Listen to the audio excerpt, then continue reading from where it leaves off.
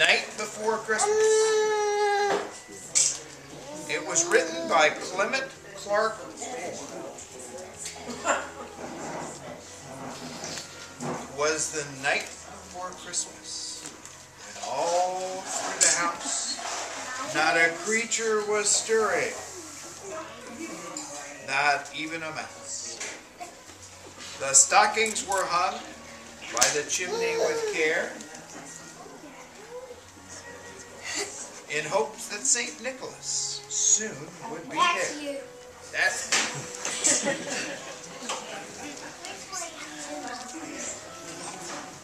The children were nestled all snug in their beds, with visions of sugar plums, while visions of sugar plums danced in their heads. And Mama in her kerchief, and I in my cap, had just settled down for a long winter's nap.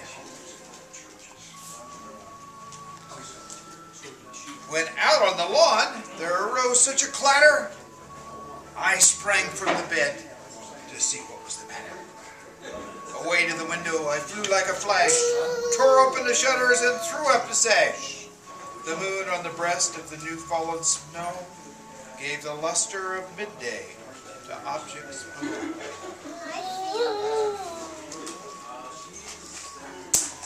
When what to my wondering eyes should appear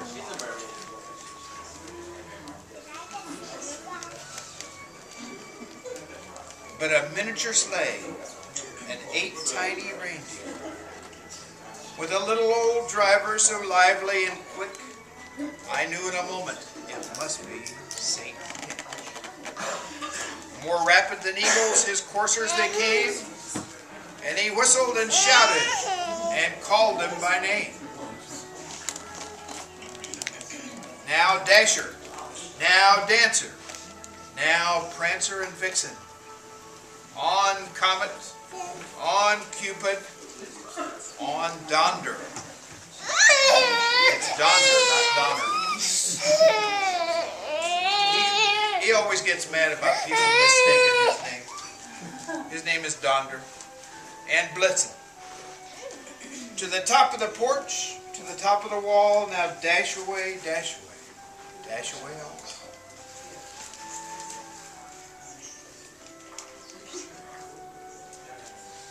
Hard to turn pages with gloves on.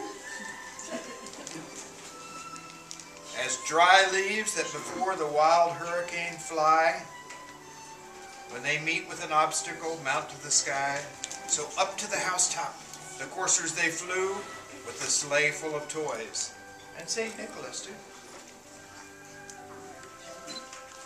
And then in a twinkling I heard on the roof the prancing and pawing of each little hoof. As I drew in my head and was turning around, down the chimney St. Nicholas came with a bat. Does that look like me? No. Yes. That doesn't look like me. Yes. That looks like me.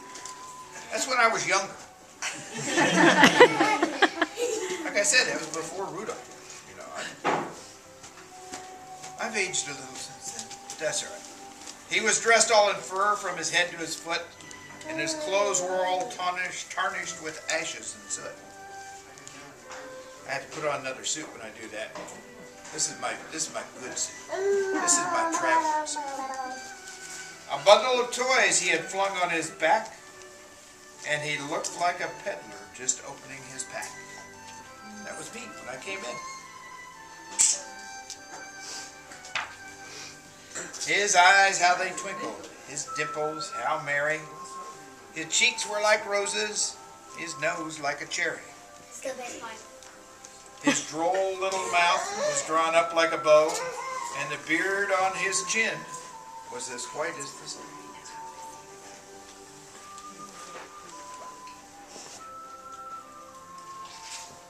The stump of a pipe he held tight in his teeth, and the smoke it encircled his head like a wreath. I had to give up the pipe. Mrs. Claus said it was bad for me. And she runs the house. I gotta tell you, Mrs. Claus runs the house. He had a broad face and a little round belly that shook when he laughed like a bowl full of jelly.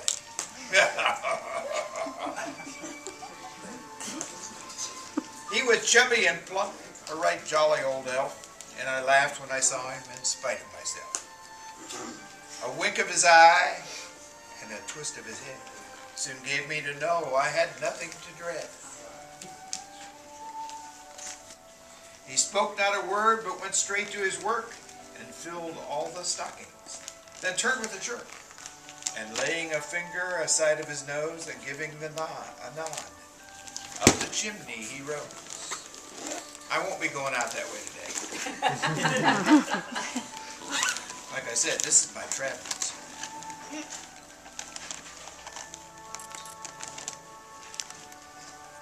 He sprang to his sleigh, and to the team gave a whistle, and away they all flew like the down of a thistle. But I heard him exclaim, ere he drove out of sight, Happy Christmas to all, and to all a good night.